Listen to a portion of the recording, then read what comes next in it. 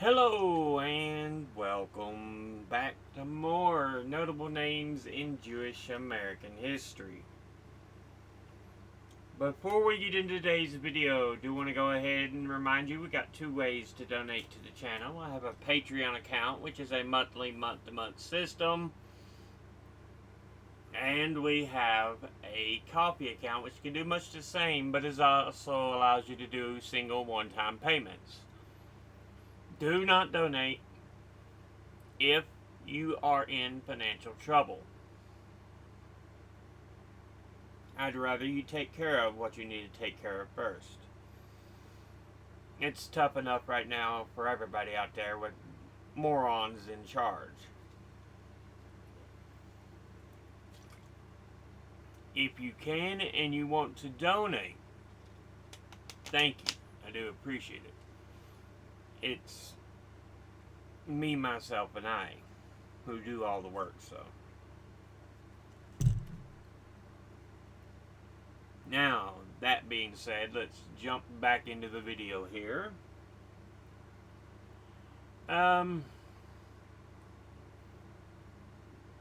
This video probably won't be very long because outside of Wikipedia, it's hard to find any reliable sources. There was a ton of sources, but most of them I got the feeling probably repeated the same basic information. So this is going to be a short one because I've just got Wikipedia open for it. We are looking at Bob Kane. He is the co-creator of Batman. Yeah. His full name was Robert Kane.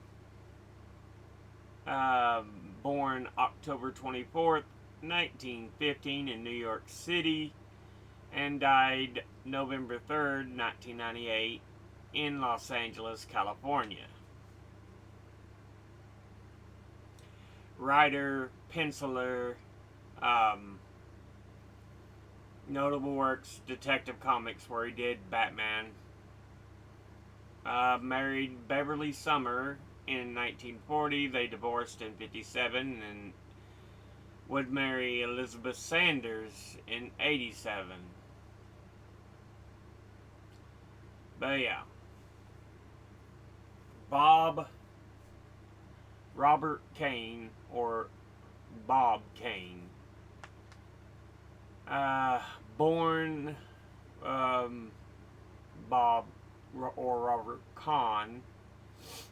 He was an American comic book writer, animator, and artist who co-created Batman with Bill Finger and many other early related characters for DC Comics. You can kind of think of them as part of the Stan Lee Jack Kirby duo. That was for Marvel. Bob Kane was kind of like that with Finger and others in DC. He was inducted into the comic book industry's Jack Kirby Hall of Fame in 1993 and into the Will Eisner Comic Book Hall of Fame in 1996. He was born in New York City to Augusta Tuckman and Herman Kahn, who was an engraver. Both, I don't know if both, but I'm assuming were of Ashkenazi Jewish descent. A high school friend of fellow cartoonist and future Spirit creator Will Eisner, who we mentioned in the Will Eisner Comic Book Hall of Fame that Kane would be inducted into. Robert Kahn graduated from DeWitt Clinton High School and then legally changed his name to Robert Kane. He studied art at Cooper Union before joining the Max Fleischer Studio as a trainee animator in the year of 1934. Max Fleischer Studios Oh, what was the name of the cat cartoon? A lot of your early cartoons. Fritz the cat, I think it was. But they did a lot. I think they did early Popeye and yeah. See, Fleischer Studios.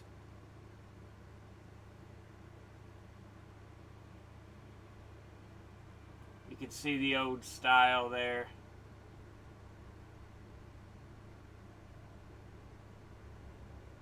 But yeah. Um, he entered the comics field 2 years later in 1936, freelancing original material to the editor Jerry Iger's comic book Wow, What a Magazine, which included his first pencil and ink work of on the serial Hiram Hick.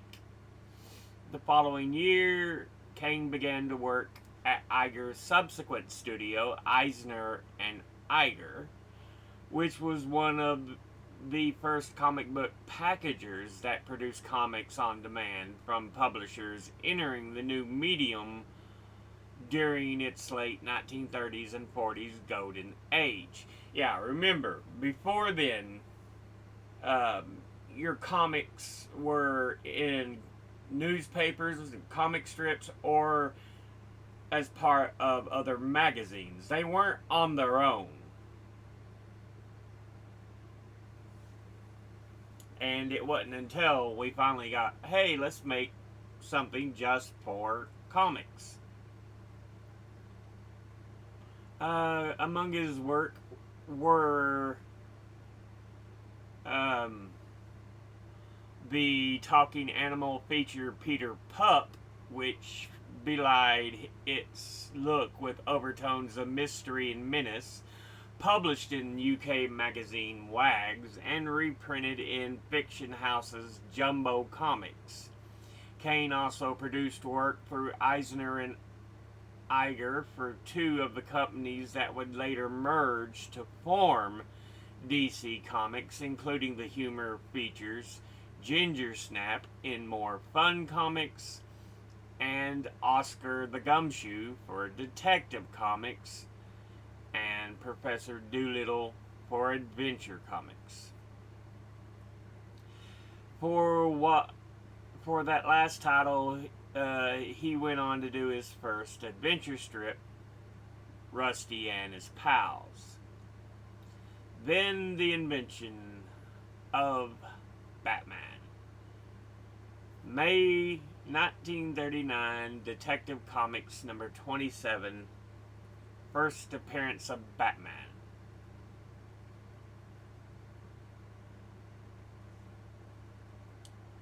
In early 39, DC's success with seminal superhero Superman in Action Comics prompted editors to scramble for more such heroes.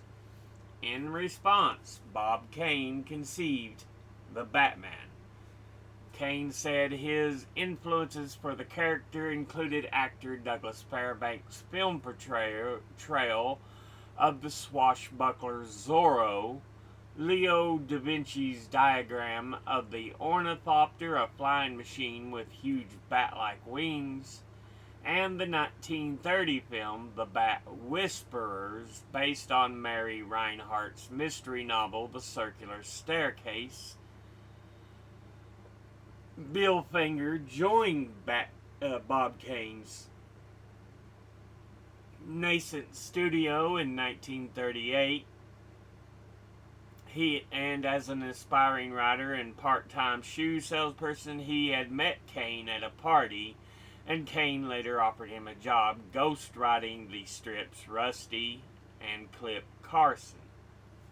He recalled that Kane had an idea for a character called Batman, and he'd like me to see the drawings. I went over to Kane's and he had drawn a character that looked very much like Superman with kind of reddish tights. I believe with boots, no glove, no gauntlets, with a small domino mask swinging on a rope. He had two stiff wings that were sticking out looking like bat wings, and under it was a big sign, Batman.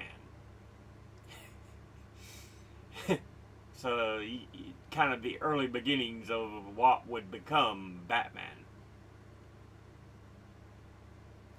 Finger said he offered such suggestions as giving the character a cowl and a scalloped cape instead of wings, adding gloves, leaving the mask's eye holes blank to connote mystery, and removing the bright red sections of the original costume, suggesting instead a gray and black color scheme. Finger additionally said his suggestions were influenced by Lee Falk's The Phantom, which was a syndicated newspaper comic strip character with which Kane was familiar as well. Finger said, who said he also devised the character's civilian name, Bruce Wayne, wrote the first Batman story while Kane provided the art.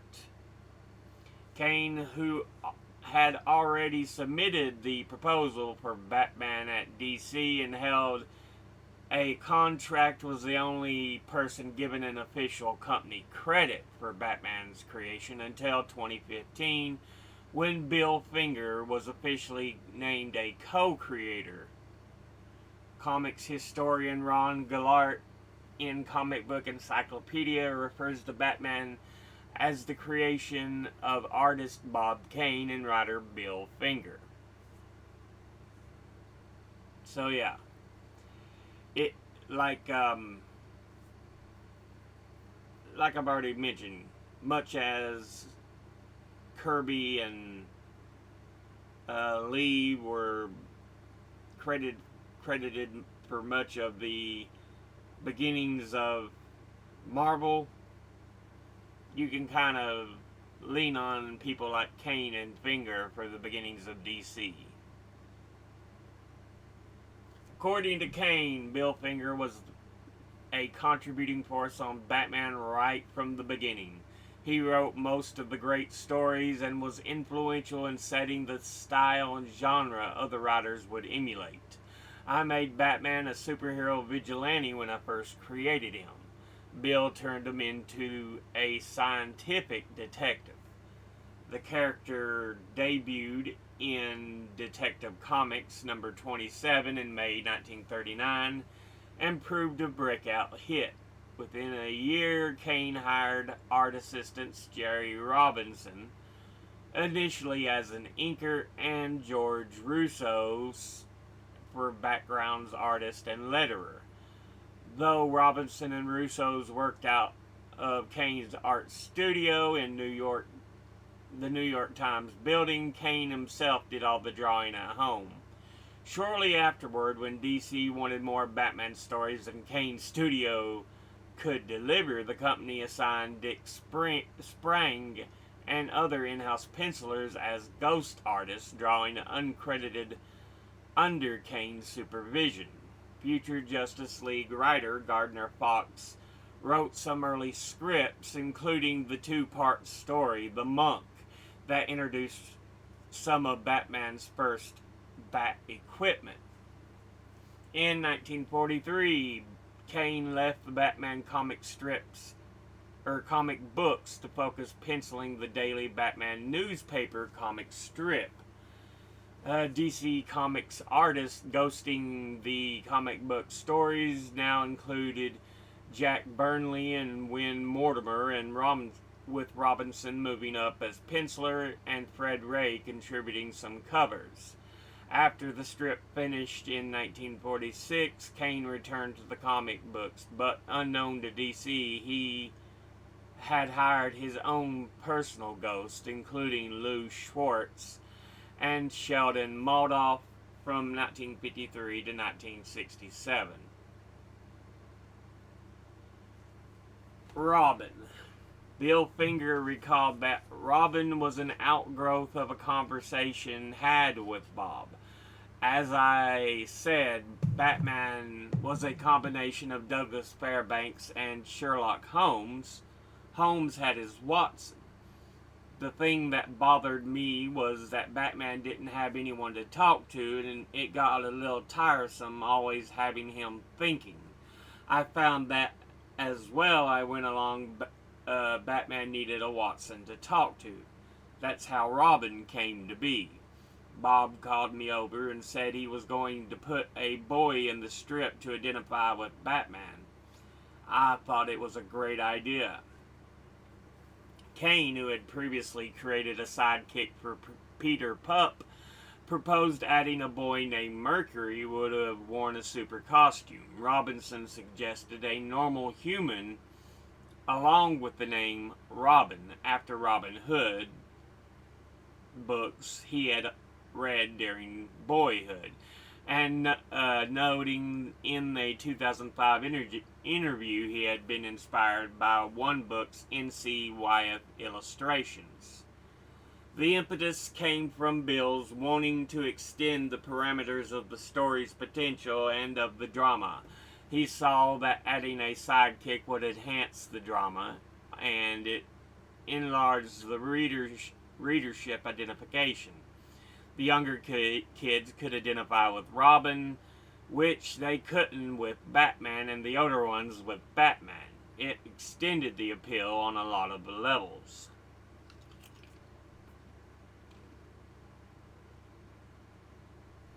The new character, an orphan circus performer named Dick Grayson, came to live with Batman as his young ward in Detective Comics 38.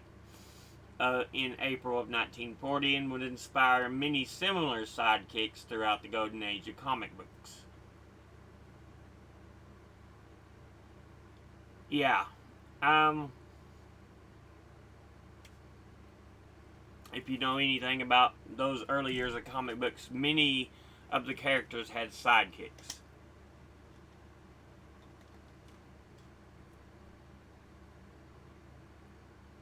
The Green Arrow had Speedy, Red Arrow, number of sidekicks like that.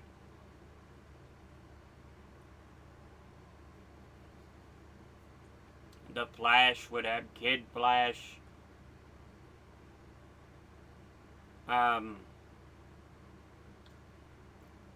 Superman would have, what was it Superboy at first?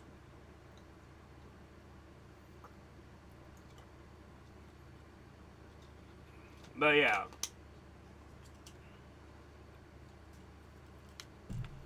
Giving them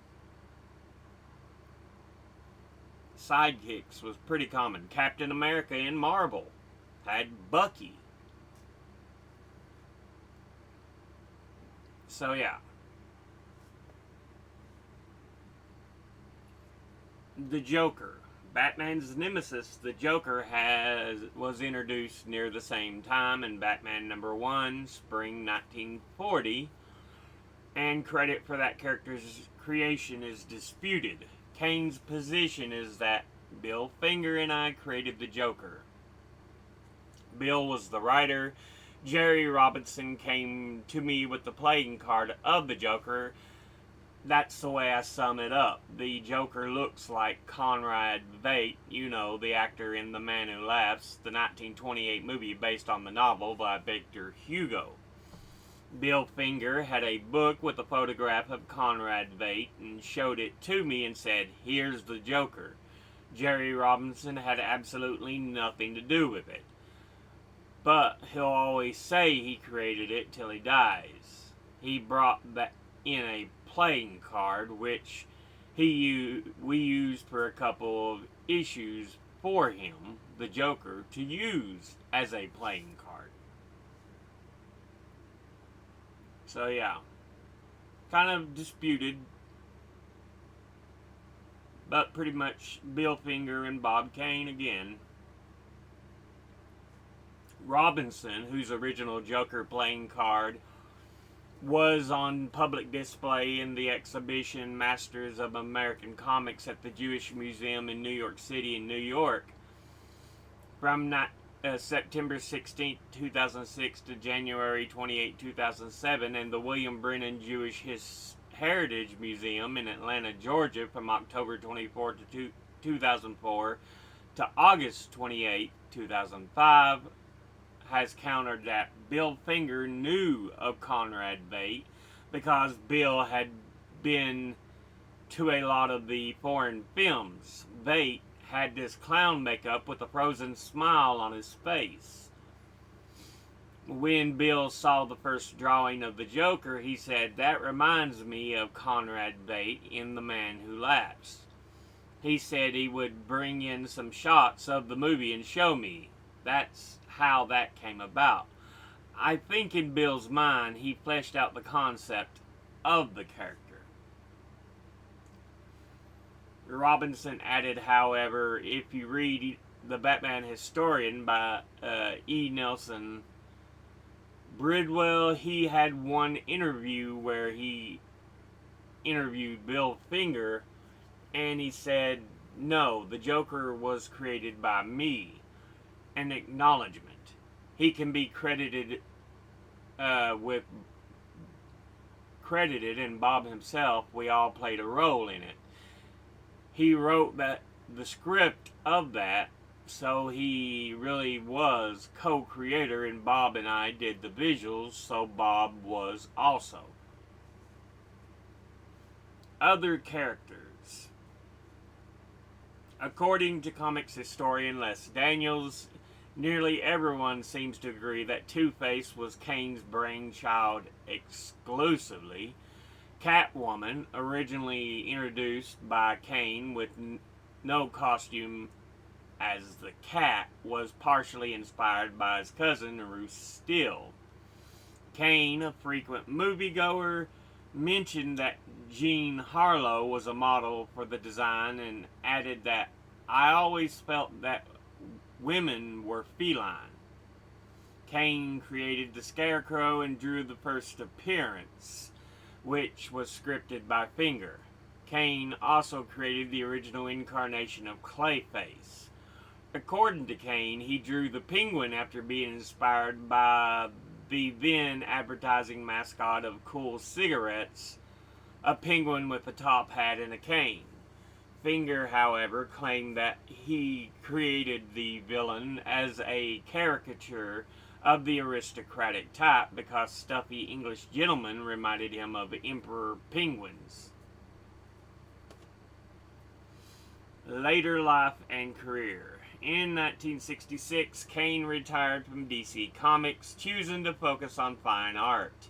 As Kane's comic book work tapered off in the 60s, he parlayed his Batman status into minor celebrity and enjoyed a post-comics career in television animation, creating the characters Courageous Cat and Cool McCool, and as a painter showed his work in art galleries, although some of these paintings were produced by ghost artists.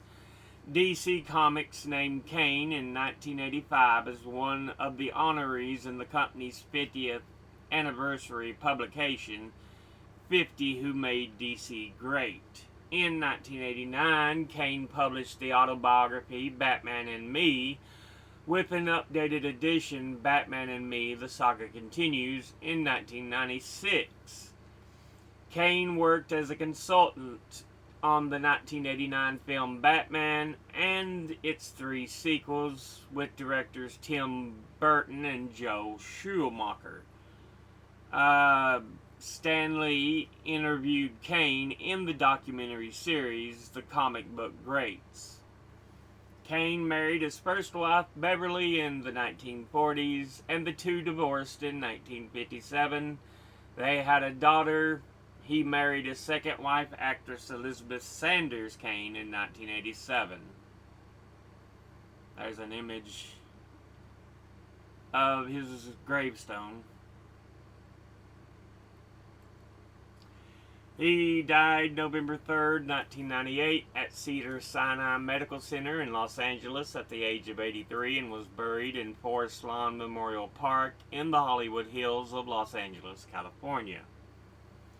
He was a recipient of the Ink Spot Award in 1977, was inducted into the Jack Kirby Hall of Fame in 1994, and the Will Eisner Comic Book Hall of Fame in 1996, and was added to the National Comics Awards Roll of Honor in 1999.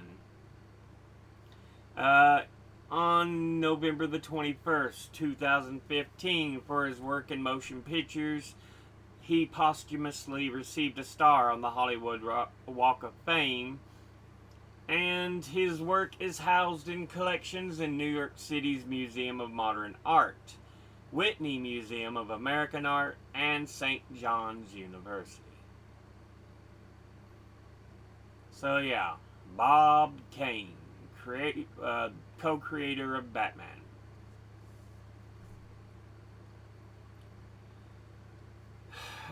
Yeah, a lot of the entry was more about Batman, but we learned a bit about Bob.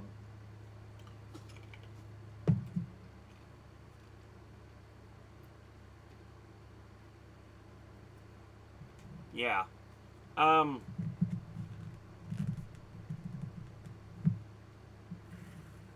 Definitely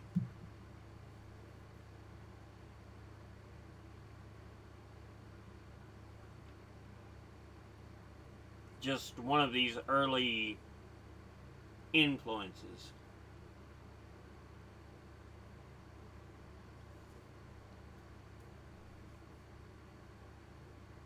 On the comic book world.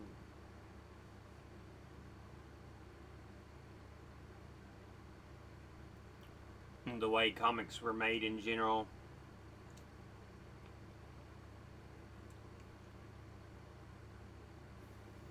We talk about their shared idea of Robin, how it kind of helped push for a lot of characters to have sidekicks and stuff.